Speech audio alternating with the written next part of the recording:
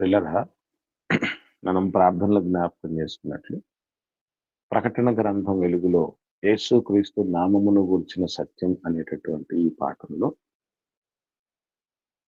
రాజస నామములు ఆయనవి ఉన్నాయని, అలాగే ఆ రాజస నామముల భాగంగా గతంలో మనం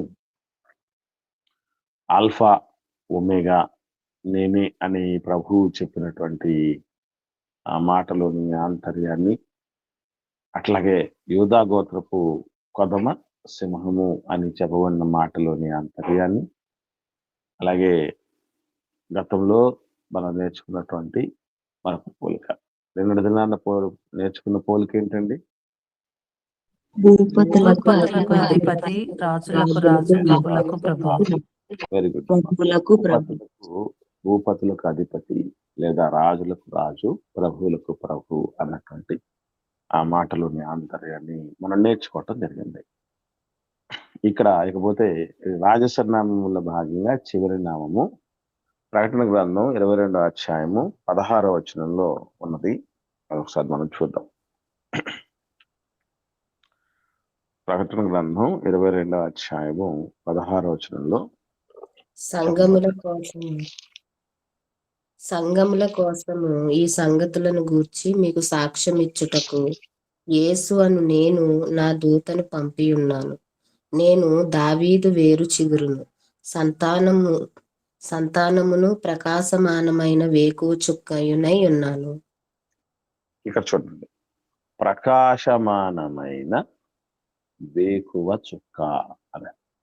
సో ఇవి యేసు ప్రభుల వారి యొక్క రాజసనామముల్లో ఆయన ప్రకాశమానమైన వేకువ చుక్క.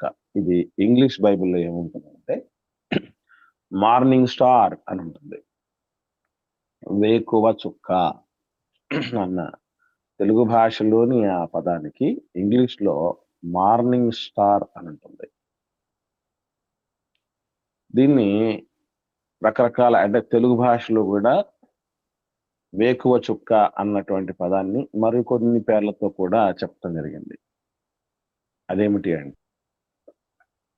ఉదయకాల నక్షత్రం లేదా ఉదయ నక్షత్రం అని కూడా అంటారు. అసలు వేకువ అంటేనే అర్థం ఏంటి? ఉదయం అని అర్థం. వేకువ ఉదయం అని అర్థం. అందుకనే ఆ చుక్క అంటే అర్థం ఏంటంటే నక్షత్రం, మనకు తెలుసు. కాబట్టి వేకువ చుక్క, వేకువ అంటే ఉదయం, చుక్క అంటే నక్షత్రం, కాబట్టి ఉదయ నక్షత్రం అని కూడా అంటారు. ఇంకొక పేరుతో మరొక పదంగా చెప్పాలంటే ఉషాకాల నక్షత్రం అని కూడా అంటారు. ఉదయ నక్షత్రం, వేకువ చుక్క, ఉషాకాల నక్షత్రం లేదా ఉషాకాల తార అని కూడా అంటారు. తార అన్న కూడా నక్షత్రమే. కాబట్టి ఇవన్నీ కొన్ని తెలుగు భాషలో ఉన్నటువంటి ఒకే అర్థాన్ని ఇచ్చే వేరే వేరే పదాలు. ఇక విషయం ఏంటంటే యేసు ప్రభుల వారు తనను ఎందుకు వేకువ చుక్కగా లేదా ఉదయ నక్షత్రంగా లేదా ఉషాకాల తారగా లేదా ఇంగ్లీష్లో అయితే మార్నింగ్ స్టార్గా చెప్పుకోవడం జరిగింది. దాని ద్వారా మనం ఏం తెలుసుకోవాలి అసలు అన్నటువంటిది ప్రధానంగా మనం దృష్టి సారించాల్సిన విషయం. ఇక మరొక మనందరినీ కాస్త ఇరుకుని పెట్టే విషయం ఏంటంటే ఇదే పేరుతో పిలువబడినటువంటి మరొక వ్యక్తి కూడా ఉండడం జరిగింది. ఆ వ్యక్తి ఎవరో జాగ్రత్తగా మనం ఆలోచించగలిగితే యెషయా గ్రంథం 14వ అధ్యాయము 12వ వచనాన్ని చూద్దాం. యెషయా గ్రంథం 14వ అధ్యాయము 12వ వచనం. తేజో నక్షత్రమా, వేకువ చుక్క, నీవెట్లు ఆకాశం నుండి పడితివి, జనములను పడగొట్టిన నీవు నేల మట్టు వరకు ఎట్లు నడిపింపబడితివి. ఇక్కడ ఈ వేకువ చుక్క, తేజో నక్షత్రమా, వేకువ చుక్క అని ఈ వేకువ చుక్క అని పిలువబడినటువంటి వ్యక్తి ఎవరు? మామూలుగా అయితే మనం ఏమని చెప్తాం చెప్పండి, తడుముకోకుండానే? అపవాది అని చెప్తాం. అండి జాగ్రత్తగా ఆలోచన చేయండి. అసలు వాస్తవంగా ఇది ఎవరి కోసం చెప్పబడింది? ఐడియా ఉంది ఎవరికైనా? యెషయా గ్రంథం 14వ అధ్యాయము 12వ వచనములో చెప్పబడిన ఈ మాట, అంటే యేసు ప్రభుల వారు ప్రకాశమానమైన వేకువ చుక్క అని యేసు ప్రభుల వారికి పోల్చినటువంటి పదం మరొక వ్యక్తికి కూడా పోలుస్తున్నట్టుగా మనకు యెషయా గ్రంథంలో కనబడింది. అక్కడ కూడా వేకువ చుక్క అని పిలవటం జరిగింది అతన్ని. సాతాన్నేనా? అంటే దూతన్న, దేవదూతను. ఓకే, మనకు సాతాన్ అని కానీ దేవదూత అని కానీ అక్కడ దేనిని బట్టి చెప్పగలం? ఎక్కడన్నా ఆధారాలు ఉన్నాయా? ఆకాశం నుంచి పడద్రోయబడినది అదేనా? అందుకు దాన్ని బట్టి అపవాది అనేను. ఓకే, అలా ఇంగ్లీష్ లో లూసిఫర్ అని కూడా ఉంటదన్నా. ప్లస్ మన ప్రకటన గ్రంథంలో అంటే దాని దూతలను పడద్రోయబడి పరలోకం నివాసులారా ఉత్సహించని మనకు 12వ 12వ అధ్యాయంలో అధ్యాయంలో ప్రకటన 12లో ఉందా? యాక్చువల్లీ దీన్ని బట్టి ఇక్కడ ఓకే అన్న, రైట్, వెరీ గుడ్. ఇక్కడ 14 ఎందుకు సాక్ష్యం ఇస్తుంది అన్న? మేఘమండలం మీద నేను ఎక్కుదాన్ని, మహోన్నతులు నన్ను సమానంగా చేసుకోదని నీ మనసులో నువ్వు అనుకున్నావు అనేటటువంటి మాట. యాక్చువల్లీ మీరు ఓకే చెప్పారు, బాగానే ఉంది, మంచి విషయాలు, మంచి ఆధారాలు. ఒక మాట చూపిస్తాను మీకు, జాగ్రత్తగా ఆలోచన చేసిన తర్వాత నేను ఎందుకు ఈ ప్రశ్న వేసాను మీకు అర్థమవుతుంది. ఇకపోతే ఇక్కడ తెలుసుకోవాల్సిన విషయం ఏంటంటే, ఈ లూసిఫర్ అనేటటువంటిది అది తప్పుడు పదం కాదు. మళ్ళీ చెప్తున్నాను, లూసిఫర్ అని అంటే ఇంగ్లీష్లో ఉన్న లూసిఫర్కి తెలుగులో ఉన్న అర్థం ఏంటో తెలుసా అండి? ఒక ఐడియా ఉందా? లూసిఫర్ అని చాలా మంది మాట్లాడుతూ చెప్తూ ఉంటారు. ఆ పదానికి తెలుగులో అర్థం తెలుసా? ఐడియా ఉందా ఎవరికైనా? ఎవరు మాట్లాడలేదు అంటే ఐడియా, రైట్. ఆ ఇంగ్లీషులో ఉన్నటువంటి లూసిఫర్ అనే పదానికి అర్థం ఏంటంటే తేజో నక్షత్రం అని అర్థం. ఎక్కడైతే యెషయా గ్రంథం 14వ అధ్యాయం 12వ వచనంలో తేజో నక్షత్రమా అని ఉందో అక్కడ ఓ లూసిఫర్ అని ఉంటుంది. అక్కడ అంటే లూసిఫర్ అంటే అర్థం ఏంటి? తేజో నక్షత్రం అని అర్థం. అంటే అర్థం ఒక మాటలు చెప్పాలంటే అది కూడా ఒక మార్నింగ్ స్టార్ అని చెప్తున్నట్టు. అంటే లూసిఫర్ అన్నా మార్నింగ్ స్టార్ అన్నా వేరు వేరు కాదు. తేజస్సుతో నిండిన నక్షత్రం, బాగా ప్రకాశించే నక్షత్రం అనేటటువంటి అర్థం ఇచ్చేది. అంటే మనకు తెలియకుండానే కొన్ని పదాలను, మంచి విషయాలను, మంచి పదాలను తప్పుడు పదాలుగా, నెగిటివిటీకి సంబంధించిన పదాలుగా, అసహించుకునేటి, ద్వేషించే పదాలుగా ముద్రించబడ్డాయి మన మనసుల్లో. దీనికి ఒక బెస్ట్ ఎగ్జాంపుల్ ఏంటంటే వెలుగుదూత అనే పదం వినబడగానే మనకు ఏం మనసులో అనిపిస్తుంది చెప్పండి? అపవాది సంబంధాలు వెలుగు దేశం వేసుకున్నారు. మామూలుగా జనరల్ గా ఆలోచన చేస్తే అన్న వెలుగుదూత అనగానే అపవాది కదా, సాతానును అపవాదిని వెలుగుదూతని వెంటనే అది గుర్తొస్తుంది. కానీ వాస్తవం ఏంటి? వెలుగుదూతలు ఎవరు? దేవదూతలు. ఇంకొంచెం దగ్గర క్రైస్తవులే, దేవుని పిల్లలే. వెరీ గుడ్, దేవుని పిల్లలే వెలుగుదూతలు. అంటే ప్రతినిధులు, వెలుగు యొక్క ప్రతినిధి. దూత అంటే ప్రతినిధి అని అర్థం, లేదా రాయబారి అని అర్థం. మరి ఎవరికి రాయబారం చేస్తున్నాం? ఎవరికి ప్రతినిధిగా మనం ఉంటున్నాం? మనం అంటే దేవునికి ప్రతినిధిగా ఉంటున్నాం. అందుకే మనం వెలుగుదూతలం. సాతాను వెలుగుదూత కాదు, వాడు వేషం వేసుకోవాలని చూశాడు. దర్శా వేషం వేసుకున్న ప్రతివాడు నిజం కాదు, సత్యం కాదు. అది గుర్తుపెట్టుకోవాలి. అలా ఇప్పుడు ఏదైతే మనం వెలుగుదూత అనే మాట అనగానే వెంటనే సాతానుకు సంబంధించినటువంటిది పదముగా మనం ఎలాగైతే పొరబడుతున్నామో, లూసిఫర్ అనే పదాన్ని కూడా అలాగే తయారు చేశాము. చాలా మంది ఇంగ్లీష్ కోసం మాట్లాడుతున్న వాళ్ళు లూసిఫర్ లూసిఫర్ లూసిఫర్ అంటే దయ్యం కోసం ఎక్కువ సార్లు మాట్లాడుతుంటారు. విన్నారా? లూసిఫర్ అన్న పదం అసలు నెగటివిటీతో ఉన్న పదం కాదు.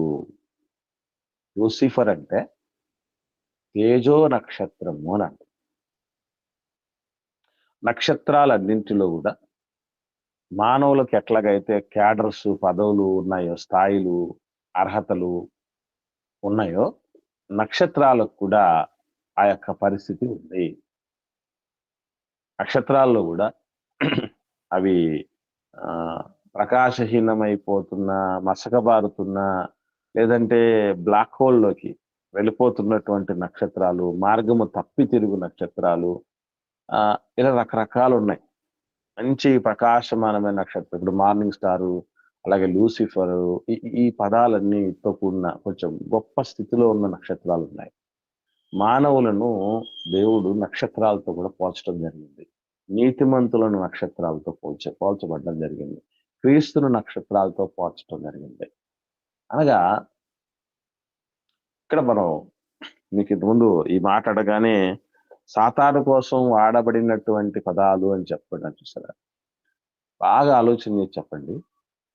ఈ యెషయా గ్రంథంలోనే 14వ అధ్యాయంలోనే ఎవరి కోసం అని చెప్పబడుతున్నది ఇది? 4వ వచనం చదవండి. 4వ వచనం చదివి ఇది ఎవరి కోసం చెప్పబడుతుందో బాగా ఆలోచన చేయండి. నీ బాధను, నీ ప్రయాసమును, నీ చేత చేయింపబడిన కఠిన దాస్యమును కొట్టివేసి యెహోవా నిన్ను విశ్రమింపజేయు దినమున నీవు బబులోను రాజును గూర్చి అపహాస్యపు గీతము ఎత్తి ఎలాగున పాడుదువు. బాధించిన వారు ఎట్లు నశించిపోయిరి, రేగుచుండిన పట్టణము ఎట్లు నాశనమాయెను. ఒక్క నిమిషం అమ్మా, అయిపోయింది. ఇక్కడ మనకు రావాల్సిన విషయం దొరికింది. గమనించారా? ఎవరి కోసం చెప్పబడినట్టు ఉన్నది ఇక్కడ? బబులోను రాజును గూర్చి. ఇశ్రాయేల్ బబులోను రాజు ప్రవచన గీతం ఎత్తి ఈలాగు ప్రకటించుము అంటే బబులోను రాజును ఎలా పోల్చడం జరిగింది? యెషయా గ్రంథం 14వ అధ్యాయం ప్రకారం తేజో నక్షత్రంగా పోల్చడం. తేజో నక్షత్రంతో సాతానుతో పోల్చబడి మళ్ళీ మళ్ళీ మళ్ళీ మళ్ళీ మళ్ళీ మొదటికి వస్తున్నారమ్మా. తేజో నక్షత్రం అన్న పదం సాతానుకు సంబంధించిన ఇదొకటి అలవాటు అయిపోయింది నిజంగా. నెగిటివ్ పదం కాదమ్మా అది. అసలు అది బాగా వినండి. ఒక ఉన్నత స్థితిలో, ఒక గొప్ప స్థానములో ఉండినప్పుడు ఇవ్వబడిన ర్యాంకు లాంటిది. చిన్న ఎగ్జాంపుల్ చెప్తాను. భారతరత్న భారతదేశం ఇచ్చేటటువంటి అత్యున్నత పౌర పురస్కారం అంటారు దాన్ని. 4 ఉన్నాయండి. 4 పురస్కారాలు ఉన్నాయి భారతదేశంలో. 4 స్థాయిల్లో పురస్కారాలు ఉన్నాయి. మీకు ఐడియా ఉంది కదా, చదువుకున్న వాళ్ళకి అందరూ తెలుసు కదా. మొదటిది పద్మశ్రీ, రెండవది పద్మభూషణ్, మూడవది పద్మ విభూషణ్, 4వది భారతరత్న. ఇప్పుడు బాగా ఆలోచన చేయండి. భారతరత్న బిరుదు పొందిన తర్వాత ఒకడు హత్య చేసినటువంటి నేరగాడు అయ్యాడు. ఇప్పుడు నేరగాడు అయ్యాడు కనుక భారతరత్న బిరుదు పొందిన ప్రతి ఒక్కడు పనికిమాలలో ఉండొచ్చా? అనకూడదన్నా. అనకూడదు కదా. అట్లాగైతే ఇది కరెక్ట్ కడప అతనే ఉండలే అన్నా. అమ్మా మన కడప అతను ఆయన ఏదో బిరుదు పొందుకున్నాడు చున్నా. ఏమమ్మా నాకు కొంచెం దాని గురించి ఐడియా లేదమ్మా. రాజరత్నం ఐజక్ గారు. రాజరత్నం ఐజక్ ఆయన అంతవరకు రాలేదమ్మా. భారతరత్న కాదు, బిరుదు వచ్చింది ఆయనకి. జిల్లా శాంతి సంఘం అధ్యక్షుడు అనేటువంటి కబీర్ పురస్కారం అనేది ఒకటి వచ్చిందమ్మా. అవునా?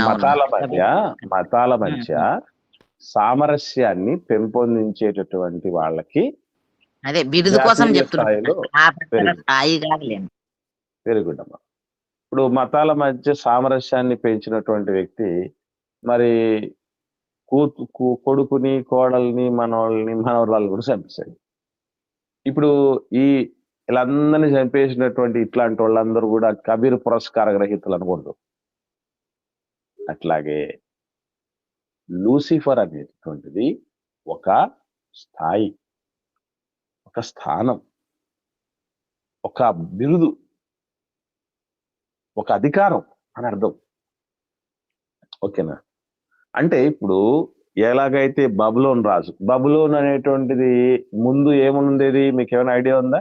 మొదటగా ఏమని పిలిచేది? ఎవరికి ఐడియా లేదా? బబులోను అనేది బాబెలు నుంచి బబులోను వచ్చింది. అవును, అది గుర్తుపెట్టుకోండి. ఈ బాబెలు అనేటటువంటి దానిని, బాబెలు ప్రాంతాన్ని పరిపాలిస్తున్నటువంటి వ్యక్తులను బాబెలు రాజులు లేదా బబులోను రాజులు అని అంటారు. అసలు వీళ్ళకు కూడా ఆ స్థాయి, ఆ స్థానం ఇచ్చింది దేవుడే. ఓ మార్నింగ్ స్టార్ గా, ఉషాకాల నక్షత్రంగా, ఉషాకాల తారగా, ఉదయకాలపు నక్షత్రంగా వాళ్ళని, అంటే వాళ్ళు ఆ విధంగా షైన్ అయినారు ఒకానొక సమయంలో అని అర్థం. వాళ్ళు ఆ స్థితికి హెచ్చించబడ్డారు, ఆ స్థాయికి వెళ్ళారు. వెళ్ళినప్పుడు ఇవ్వబడినటువంటి బిరుదులవి. కానీ వాళ్ళు ఏం చేశారు? దానిని కాపాడుకోలేకపోయారు.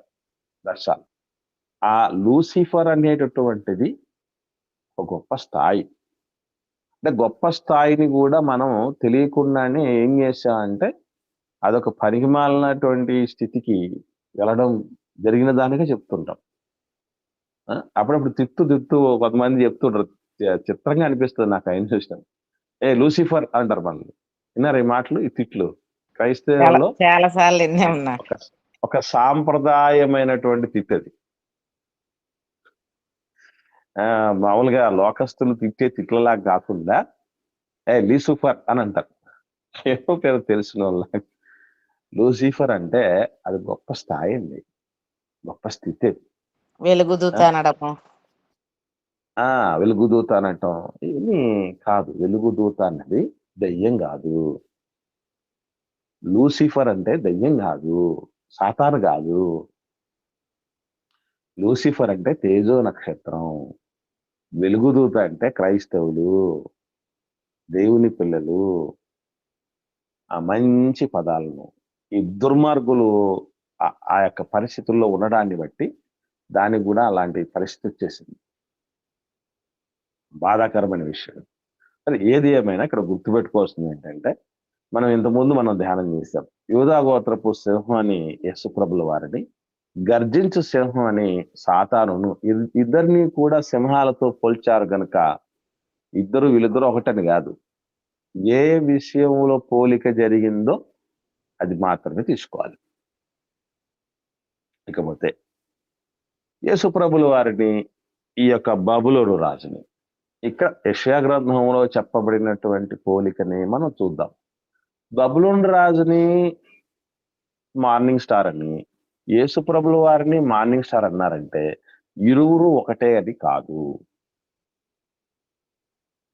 బబులోను రాజు వైభవోపేతమైన స్థితిలో ఉండినప్పుడు, ఒక గొప్ప స్థానములో ఉండినప్పుడు, అన్నిటినీ ఏలేటటువంటి స్థితిలో ఉండినప్పుడు అతను మార్నింగ్ స్టారే. అయినను అతడికి ఎందుకు ఇలా పోల్చబడిందంటే, అంత గొప్ప స్థితిలో ఉన్న స్టార్ సైతం ఏమైపోయింది? పడిపోయింది, రాలిపోయింది, మసగబారింది, చీకటైపోయింది. ఎలాంటి స్థితిలో ఉన్న వ్యక్తి ఎలా పడిపోవటం, పతనం అవటం జరిగింది అని చెప్పటానికి ఈ పద ప్రస్తావన దేవుడు వాడడం జరిగింది. ఈవెన్ మనల్ని కూడా దేవుడు నక్షత్రాలు అన్నారు. నక్షత్రాలు అన్నంత మాత్రం చేత అన్ని నక్షత్రాలు వెలగవు, వెలిగించవు, మెలగవు, మెలిగించవు, మహిమ తీసుకురావు, మహిమ తీసుకురానివ్వవు. ఎందుకనంటే చుక్క అనగానే అదంతా ది బెస్ట్ అనేటువంటి ఆలోచనకు రాకూడదు. చుక్కతో, మార్నింగ్ స్టార్తో బబులోను రాజును కూడా పోల్చడం జరిగింది. మరి ఏమైపోయాడు బబులోను రాజు మనకు అందరూ తెలుసు.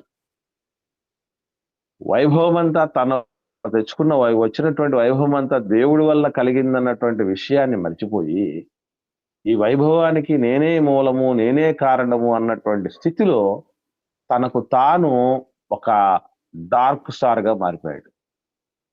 మనం కూడా అలా అవుతాం. అంటే ఈ పోలికలు ఎందుకు పోల్చడం జరిగింది అనే విషయం మనకు జాగ్రత్తగా బాహాటంగా అర్థమైతే ఇరువురికి ఆ బబులోను రాజుకి మార్నింగ్ స్టార్ అని, ఇటు యేసుప్రభువు మార్నింగ్ స్టార్ అని ఎందుకు పెట్టారో మనకు అర్థమవుతుంది. రైట్, యేసుప్రభువు వారి దగ్గరికి వస్తాం. ఈ చిన్న క్లారిఫికేషన్ మీకు అర్థమైంది అనుకుంటున్నాను. యేసుప్రభువు వారి దగ్గరికి వస్తే ఆయన గురించినటువంటి కొన్ని ప్రవచనాలు అవి ఏమిటి అనేటటువంటివి జాగ్రత్తగా మనం పరిశీలన చేయగలిగితే ఆయన్ను ఈ మార్నింగ్ స్టార్, ఉదయకాల తార అని ఎందుకు చెప్పాల్సి వచ్చింది, దీనికి కారణాలు ఏంటి, దానిలో ఉన్నటువంటి అంతరార్థాలు ఏంటి అన్నటువంటిది మనం ఆలోచన చేస్తూ ముందుకు సాగుదాం. ఏమంటే 24వ అధ్యాయం సంఖ్యాకాండం 17వ వచనాన్ని చూద్దాం. సంఖ్యాకాండము 24వ అధ్యాయము 17వ వచనం. ఆయనను చూచుచున్నాను గాని ప్రస్తుతమున ఉన్నట్టు కాదు, ఆయనను చూచుచున్నాను గాని సమీపమున ఉన్నట్టు కాదు. నక్షత్రము యాకోబులో ఉదయించును, రాజదండము ఇశ్రాయేలులో నుండి లేచును, అది మోయాబు ప్రాంతములను కొట్టును, కలహ వీరులనందరినీ నాశనము చేయును. చూడండి, ఇక్కడ మనకు ఒక ప్రవచనాత్మకంగా ఎవరు చెప్తున్న ప్రవచనం ఐడియా ఉందా? ఇది ఎవరు చెబుతున్న ప్రవచనమో ఎవరికైనా ఐడియా ఉందా? బిలాము గారు. Very good. బిలాము బాలాకు రాజుతో చెబుతున్నటువంటి విషయాలలో దాగిన ప్రవచనం. అంటే మరి బిలాం అనగానే మనం బేసికల్లీ ఏమనుకుంటాం? ఇక్కడ కూడా జాగ్రత్త పడాల్సింది. ఎట్లాగైతే లూసిఫర్ అంటే దెయ్యం అనుకున్నామో, ఇక్కడ బిలాం అనగానే ఒక నెగిటివ్ క్యారెక్టర్ అనుకుంటాం. ఎస్, నెగిటివే, కాదండి. కానీ ఇక్కడ చెబుతున్నటువంటి ఈ మాట మాత్రం అది దేవుడు బుద్ధి చెప్పిన తర్వాత, బుద్ధి వచ్చిన తర్వాత చెప్తున్న మాటలు. ఆ నోరు లేని గార్ధబం బుద్ధి చెప్పిందే, ఆ బుద్ధి చెప్పిన తర్వాత చెప్పినటువంటి మాట. 3వ వచనం చూడండి. కనుక అతడు ఉపమాన రీతిగా ఇట్లనను, బేయోరు కుమారుడైన బిలాముకు వచ్చిన దేవోక్తి, కన్నులు తెరచిన వానికి వచ్చిన దేవోక్తి. నా కన్నులు తెరవబడిన తర్వాత వస్తున్నటువంటి మాట అని చెప్తున్నాడు. మాట్లాడుతూ ఏం చెప్తున్నాడు? మనకు ఇప్పుడు కావాల్సినటువంటి పర్టికులర్ పాయింట్ ఏంటి అంటే, నక్షత్రము యాకోబులో ఉదయించటం జరుగుతుంది. చిత్రం ఏంటి?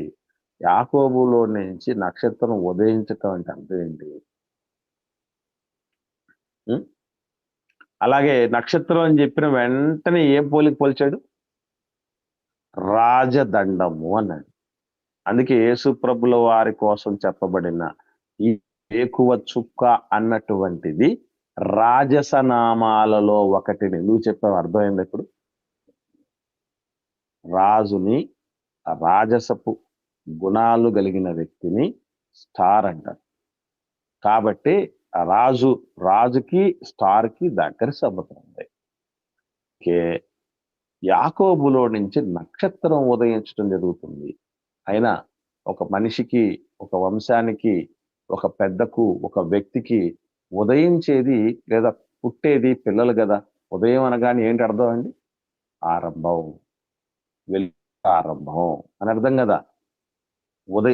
ఉదయం అంటే దినానికి ప్రారంభం అన్నట్టు.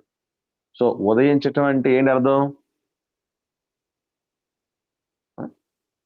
ఉదయించటం అంటే ఏంటి అర్థం అండి? ప్రారంభం అని అర్థం. పుట్టటం. మనిషితో పోలిస్తే అది పుట్టుక, అది రాక అని అర్థం వస్తుంది. ఓకేనా? అంటే యాకోబులో నక్షత్రం ఉదయించును అంటే యాకోబు వంశములో నుంచి నక్షత్రం పుడుతుంది అని అర్థం. వంశంలో పుట్టాల్సింది నక్షత్రం మనుషులా? మనుషులు పుట్టాలి. కానీ ఎందుకు అలా చెప్తున్నాడంటే ఒక ఉన్నతమైన స్థితిలో వెలుగొందే, వెలుగునిచ్చేటటువంటి వంశోద్ధారకుడు వస్తాడు అని చెప్పబడినటువంటి మాట. సో అక్కడ చెప్పబడినటువంటి మాటే యేసు ప్రభు రూపంలో నెరవేరింది. ఎలా నెరవేరింది అనుకుంటున్నారు? ఒకసారి చూద్దాం. లూకాసు వార్తలో 1వ అధ్యాయం. లూకాసు వార్త 1వ అధ్యాయము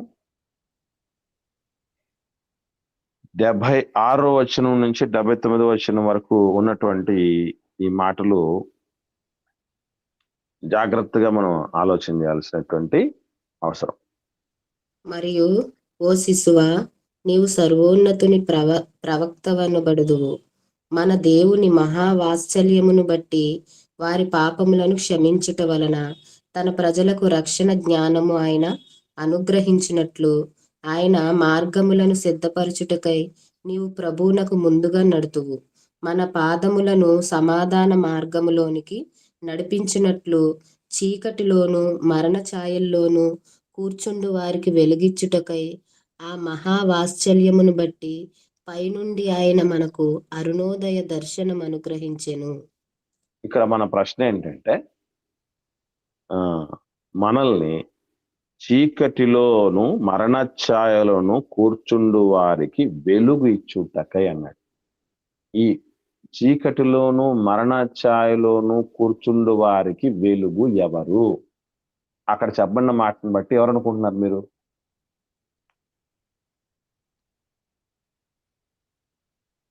అక్కడ చెప్పబడిన మాటను బట్టి ఈ వెలుగు ఎవరు అనుకుంటున్నారు?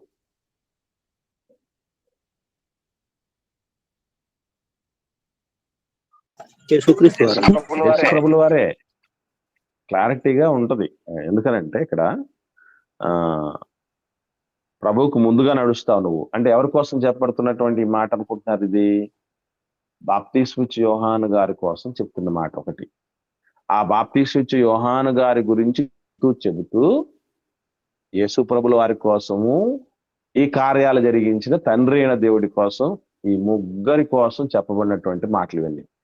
ఏది ఎవరి కోసం అన్నటువంటి ఫిల్టరేషన్, ఆ సపరేషన్ తెలియకపోతే అయిపోయి ఇబ్బంది పడతాం. కాబట్టి ఓ శిశువా, నువ్వు సర్వోన్నతుని ప్రవక్తవు అంటే బాప్తీసు యోహాను గారి కోసం చెప్పబడింది. తర్వాత ప్రభువునకు ముందుగా నువ్వు నడుస్తావు. ప్రభువునకు ముందుగా అంటే ఏ ప్రభు?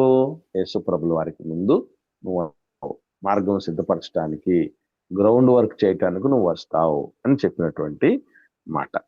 కాబట్టి ఆ వెలుగు కోసం, ఆ వెలుగు మనల్ని ఏం చేస్తుంది అంటే చీకటిలో మరణ ఛాయలో, అంటే వెలుగు అన్నది మార్నింగ్ స్టార్ గా ఎందుకు చెప్పడం యేసు ప్రభుల కోసం అన్నది ఇక్కడ చాలా జాగ్రత్తగా చెప్పబడింది. చీకటిలో ఉన్న వాళ్ళ కోసం, మరణ ఛాయలో ఉన్న వారి కోసం. అసలు చీకటి వెంటనే మరణమా? బైబిల్లో ఏ సీక్వెన్స్ ఉంది? దేని తర్వాత మరణం? దేని వలన మరణం? పాపం వలన మరణం. పాపము వలన మరణం కదా. పాపం వలన వచ్చు జీతము మరణం కదా. కానీ ఇక్కడేమంటున్నాడు? చీకటి మరణం అంటున్నాడు. అంటే ఏం చెప్తున్నట్టు దేవుడు? పాపం అంటే చీకటి, చీకటి అంటే పాపము, వెలుగు అంటే దాని నుండి విమోచన. నక్షత్రం అని చెప్పబడిన మాట వెనక అర్థం ఏంటంటే విమోచకుడు, పాపం అనే చీకటిని తొలగించేటటువంటి వ్యక్తి యేసుప్రభుల వారు రక్షకుడుగా వస్తాడు అని చెప్పబడిన మాటలోని ఆంతర్యమే ఇక్కడ స్టార్, వేకువ చుక్క అనేటటువంటి మాటలో ఉన్న అర్థం. ఎందుకు అలా పోల్చటం జరిగింది అని అంటే, వేకువ చుక్క అనంటే యేసు ప్రభుల వారు రావటం వలన మన జీవితాల్లో కొత్త ఉదయం వచ్చింది. ఆ కొత్త ఉదయమే పాపము లేని పరిశుద్ధ జీవితం. అది లేకపోయి ఉంటే మనం ఏ ఛాయలో ఉన్నట్టు? మరణ ఛాయలో ఉన్నట్లు. ఆయన లేకపోతే కనుక ఆయన రావటం వల్ల జీవాన్ని మనకు ప్రసాదించడం జరిగింది. మనకు జీవం తిరిగి పొందుకోవటం జరిగింది. అది అక్కడ స్టార్ అంటే. స్టార్ అనగానే ఆకాశంలో కనబడేటువంటి చుక్కలని మాత్రమే తీసుకోకూడదు. అలా తీసుకుంటే మనకి ఏ పరమార్థం అర్థం కాదు. అలాగే క్రిస్మస్ టైంలో పెట్టేటటువంటి మన ఇంటి మీద చుక్కతో పోల్చకూడదు, తప్పు. నేను అందుకనే ఇంటి పైన చుక్కే వ్యక్తి అనేది క్రిస్మస్ సాంగ్ రాశాను. విన్నారు అందరూ? కనీసం ఇట్లా చెప్తున్నప్పుడన్నా అది నోట్ చేసుకొని మళ్ళీ ఒకసారి వినటానికి విన్నోళ్ళు, వినని వాళ్ళు ఒకసారైనా వినటానికి ప్రయత్నం చేయండి. చాలా బాగా అర్థం అవుతుంది. అక్కడ ఇంటి పైన సొక్కే వ్యక్తి కడుపు నిండా సొక్కేస్తే అని రెండింటిని చొక్కలతో పోస్తుంది. ఇప్పుడు చొక్క అనగానే మనకు నక్షత్రం అని కాదు. చొక్క అని అంటే మద్యపానాన్ని కూడా చొక్క అంటాం, తెలుసా? చొక్కేశాడు అంటే ఏంటి అర్థం? మందు తాగాడని, మద్యం తాగాడని.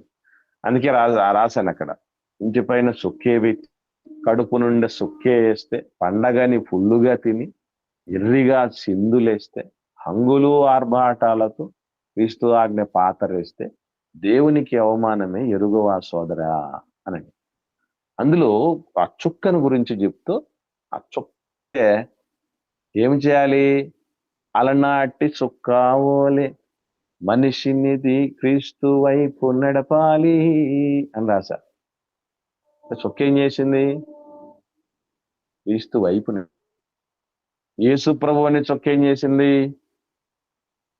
పాపము నుండి పరిశుద్ధత వైపు నడిపించిన చుక్క, మరణము నుండి జీవం వైపు నడిపించిన చుక్క, ఆఖరికి పరమునకు నడిపించిన చుక్క కూడా ఆయనే. అందుకే ఏమని వచ్చింది ఆయనకి? ప్రకాశమానమైన వేకువ చుక్క అని వచ్చింది. ఆ రోజు నక్షత్రం క్రీస్తు వైపు నడిపించింది. ఈరోజు క్రీస్తే నక్షత్రమై మరణము నుండి జీవం వైపు, పాపము నుండి పరిశుద్ధత వైపు, ఇహము నుండి పరము వైపు. ఈ మీ తండ్రి యొక్క మీ అపవాది కుమారులు మీరు సంబంధులని చెప్పిన అపవాది పిల్లల నుండి అసలు తండ్రి వైపు నడిపించగలిగిన నక్షత్రం యేసుప్రభువు. అందుకే ప్రకాశమానమైన వేకువ చుక్క. ఏమండి? ఇకపోతే ఇప్పుడు మన దగ్గరకు వద్దాం. మనల్ని కూడా దేవుడు ఏమని పోల్చడం జరిగిందో, ఎలాంటి పరిస్థితులు ఉంటే మనం అట్లా అవుతాము అన్నటువంటి విషయాల్ని జాగ్రత్తగా ఒక 2 సందర్భాల్లో, పాత క్రొత్త నిబంధనలో ఉన్నటువంటి సందర్భాలను జాగ్రత్తగా మనం పరిశీలన చేద్దాం. యెషయా గ్రంథం 58వ అధ్యాయము 8వ వచనం చూద్దాం. యెషయా గ్రంథం 58వ అధ్యాయము 8వ వచనం, 7-8 వచనాలను కలిసి ఉంటాయి అక్కడ.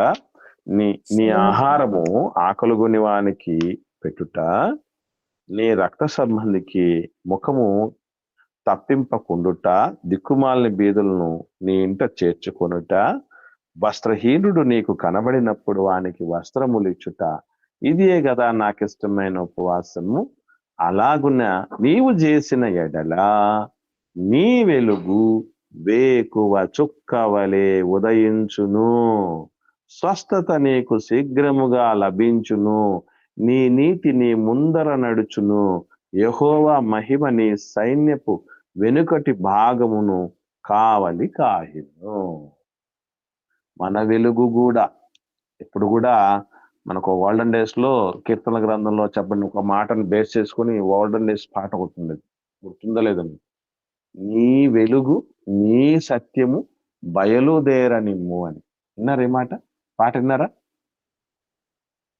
చాలా ఓల్డ్ సాంగ్ అండి, చాలా మంచిగా ఉంటుంది, ఫీల్ గుడ్ సాంగ్ అది. వినండి తర్వాత. నీ వెలుగు నీ సత్యము బయలుదేరనిమ్ము దేవా నా దేవా అని పాట ఉంటుంది. సో ఇందులో కూడా అసలు నీ వెలుగు వేకువ చుక్క వలె మనకు కూడా దేవుడు ఒక వెలుగు ఇచ్చాడు. ఆ వెలుగు వేకువ చుక్కంత, అంటే ఉదయకాలం వచ్చేటటువంటి ఆ చిన్న వెలుగైనా కూడానండి ఎంత అనిపిస్తుంది అంటే, ఆ చీకటితో గంటల తరబడి నిండి ఉన్నటువంటి లోకంలోనికి ఒక్క చిన్న దివ్య వచ్చిన చాలా ప్రభావవంతంగా, చాలా ఫీల్డ్ మార్చే విధంగా, ఆ కాన్సెప్ట్ చేసే విధంగా ఉంటుంది. అందుకే వేకువ వెలుగు అనేటటువంటి పరిస్థితి ఉంటది, పోల్చటం అనేది ఉంటది. ఆ వేకువ చుక్కలాగా నువ్వు ఎప్పుడైపోతావు అని అంటే, దేవుడు చెప్తున్నటువంటి మాట, ఎప్పుడవుతావు? నీతిమంతుడైనప్పుడు. నీతిమంతుడు ఏం చేయాలి? నీతిమంతులు ఏం చేయాలి అంటే, మనకు ఇక్కడ 2 విషయాలు కూడా ఆలోచన చేయాలి. భౌతికంగా లేనిటువంటి లేమిలో ఉన్న వాళ్ళు కనబడినా, ఆత్మీయ లేమితో ఉన్నవారు కనబడినా, వాళ్లకు మన దగ్గర ఉండేది వాళ్ళు. నీతి అంటే గుర్తుపెట్టుకోండి, వేకువ చుక్కలా వెలగటం అంటే ఎప్పుడట చేతులు దాచటం కాదు, ఇలా చేతులు పైనుంచి ఇవ్వడానికి సిద్ధపడాలి. నేను ఇంతకుముందు చాలాసార్లు చెప్పాను, మళ్ళీ చెప్తున్నాను. పై చేయి సాధించాలని చాలా మంది అనుకుంటూ ఉంటారు కదా, నేను పై చేయి సాధించాలని. కానీ పై చేయి ఎప్పుడు వస్తుందో తెలుసా? ఇచ్చేవాడిది పై చెయ్యి అంటూ ఉంటాను నేను. ఎందుకంటే పుచ్చుకునేవాడి చెయ్యి కింద చెయ్యి, ఇచ్చేవాడిది పై చెయ్యి. ఏదో సేవకో, దేవుడికో, దైవజనుడికో, పరిచర్యకో కేవలం పైసలు ఇవ్వాలని కాదు. పైసలు ఒకటే కాదు, సమయం ఇవ్వడం కూడా ఇచ్చుటే, నీ తలాంతులు ఇవ్వటం కూడా ఇచ్చుటే, నీ దేహాన్ని కష్టపెట్టడం, దాంట్లో ఉన్న అవయవాలను సమర్పణ చేయటం కూడా ఇచ్చుటే. ఇవన్నీ ఇచ్చటం కింద లెక్క. అలా చేసినటువంటి వ్యక్తే నక్షత్రం అయిపోతారట. అంటే మనకి ఎంత భాగ్యం ఇస్తున్నాడంటే, యేసు ప్రభుల వారి కోసం వాడబడినటువంటి ఆ గొప్ప పోలిక మనకు కూడా వాడబడ్డానికి దేవుడు ఇవ్వడానికి సిద్ధంగా ఉన్నాడు. మనలో మన మాట గమనించండి, ఈ ప్రపంచంలో ఎక్కువ మంది ఆత్మీయ పేదలు ఉన్నారా, భౌతికమైన పేదలు ఉన్నారా? ఆత్మీయమైన పేదలే ఉన్నారు కదా. మరి ఈ పేదల్లో నేను ఒకదాన్నా, లేదా అట్టి పేదలను కూడా నేను ఆదుకునేటటువంటి లేదా వాళ్లకు సహకరించగలిగినటువంటి స్థితిలో ఉన్నానా? ఒకసారి మనల్ని ప్రశ్నించుకోవాలి. ఏమండి, నేను అందుకే అంటూ ఉంటా, మనకు గొప్ప స్థాయి ఏంటో చెప్పమంటారా? ఒక మనిషికి, ఒక విశ్వాసికి గొప్ప స్థితి ఏంటో తెలుసండి? బైబిల్ నుండి ఎవ్వరికి ఏ సందేహం వచ్చినా మనం తీర్చగలగాలండి. నిజంగా దానికి మించినటువంటి ఆ గొప్ప స్టార్డమ్, వేకువ చుక్క, మార్నింగ్ స్టార్ వాళ్ళు అనాలి, మార్నింగ్ స్టార్లని. ఏ సందేహం వచ్చినా దేవుడి మీద కానీ, బైబిల్ మీద కానీ, యేసుప్రభుల వారి మీద కానీ, క్రైస్తవం మీద కానీ ఏ సందేహాలు కలిగినా దాన్ని నివృత్తి చేసి దేవుడి మీద, యేసుప్రభుల వారి మీద, పరిశుద్ధాత్ముడి మీద, బైబిల్ మీద, క్రైస్తవ్యం మీద గౌరవం పెరిగేటట్టు చేస్తారే, వాళ్ళేనండి అసలు స్టార్. అందుకే ఆ స్థాయికి రావాలి అని నాకు ఎప్పుడు ఒక తపన. షైన్ అవ్వాలి కదా మనం. ఇప్పుడు మీకు విషయం తెలుసో తెలీదో, ఆంధ్రప్రదేశ్ రాష్ట్రంలో ప్రభుత్వ పాఠశాలల్లో చదువుతున్నటువంటి విద్యార్థులను 2 కేటగిరీలు చేశారు, ముఖ్యంగా 10th క్లాస్ పిల్లల్ని. ఎవరికైనా ఐడియా ఉందా? 10th క్లాస్ పిల్లల్ని, ఇప్పుడు ఆంధ్రప్రదేశ్లో చదువుతున్నటువంటి విద్యార్థులని, గవర్నమెంట్ స్కూళ్ళలో చదువుతున్న పిల్లల్ని 2 కేటగిరీలు చేయటం జరిగింది. ఈవెన్ నాకు తెలిసి ఇది ప్రైవేట్ స్కూళ్ళలో కూడా ఉందనుకుంటా 10th క్లాస్ చదువుతున్న వాళ్ళు. ఏమైనా idea? Rising stars, shining stars అని. రెండింటికి తేడా ఉందా? ఎవరన్నా ఆ ఐడియా ఉన్న వాళ్ళు చెప్పండి.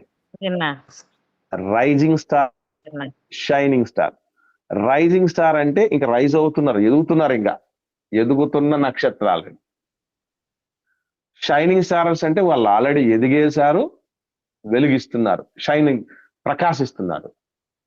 గుర్తుపెట్టుకోండి, ప్రకాశించటం అనేది అంత సులభమైన విషయం కాదు. ఆ, ఇక్కడ ఒక మంచి కొటేషన్ ఉంది, అద్భుతమైన కొటేషన్. అదేంటంటే, a cost of shining is burning అని అన్నాడు ఒక ఆయన. Cost of shining is burning అని అన్నాడు. అర్థమైంది ఏమన్నా? షైనింగ్ రావాలి అని అంటే బర్నింగ్ ఉండాలంట. ఉండాలి. అది దీన్ని సూర్యుని ఏమంటారు? మండే గోళం, మండే అగ్నిగుండం అని అంటారు. ఎందుకు అంత ప్రకాశవంతంగా కోట్ల కోట్ల కిలోమీటర్ల దూరంలో ఉన్న సూర్యుని వెలుగు బగ బగ బగ బగ మండుతూ ఆ షైనింగ్ అస్సలు మనం తట్టుకోలేం కదా, అది మండితే వస్తుంది. సో దేవుడి కోసం మండాలి అన్నవాడే మండేది. ఏదో ఉన్నాం, ఏదో వచ్చేసాం, ఏదో అయిపోయింది అనుకుంటే కుదరదు. దేవుడిలో మనకు ఒక రగిలే ఆశ ఉండాలి. నేను ఎలాగైనా ఒక స్థితిలోనికి రావాలి అన్న బర్నింగ్ డిజైర్ అనేది రేపు నిన్ను నన్ను వేకువ చుక్కను చేయగలిగింది.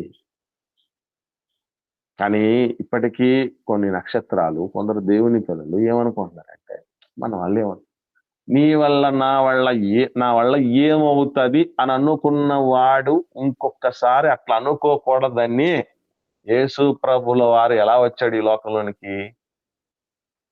డబ్బుతో వచ్చాడా? శ్రీమంతుని ఇంట్లో పుట్టాడా? అధికారం ఉందా?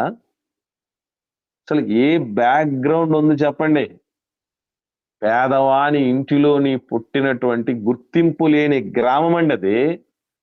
నజరేతులో నుండి మంచిది ఏమైనా వచ్చునా అని చెప్పబడినటువంటి దానిలో నుంచి ప్రపంచానికి వెలుగునిచ్చినటువంటి తారగాలే మన ప్రభు.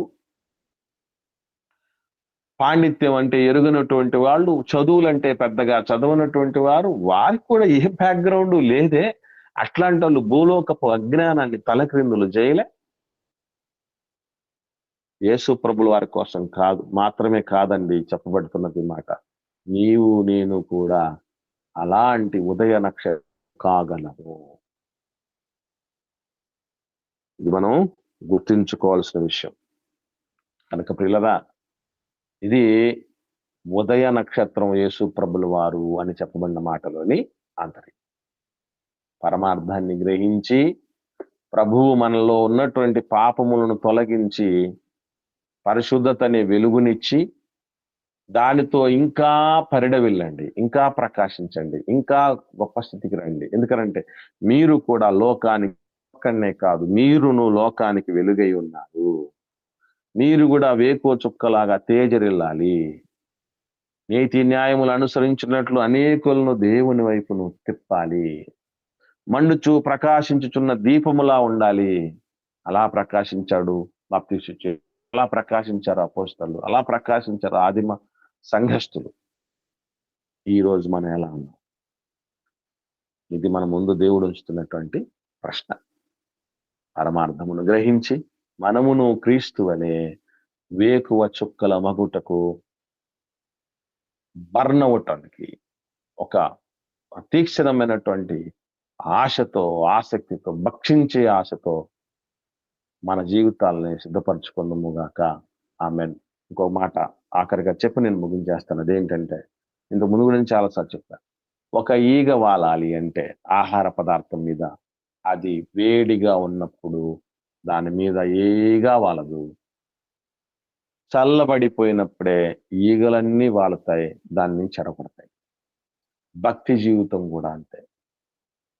శరీరము వయసు మీద పడుతూ అది ఏమైనా కాస్త బలహీనం అవ్వచ్చు. యేసుప్రభువు ఎప్పుడు చెప్పారు, ఆత్మ సిద్ధమే కానీ శరీరం బలహీనం. అంటే శరీరంలో ఉన్నటువంటి జవసత్వాలు తగ్గుతూ పోవచ్చు గాక, లోనున్న ఆత్మ వరకు మాత్రం 16 ఏళ్ల యవ్వన బిడ్డలాగా అది ఎప్పుడు దేవుడి సేవ కోసం అర్రులు చేస్తుంది.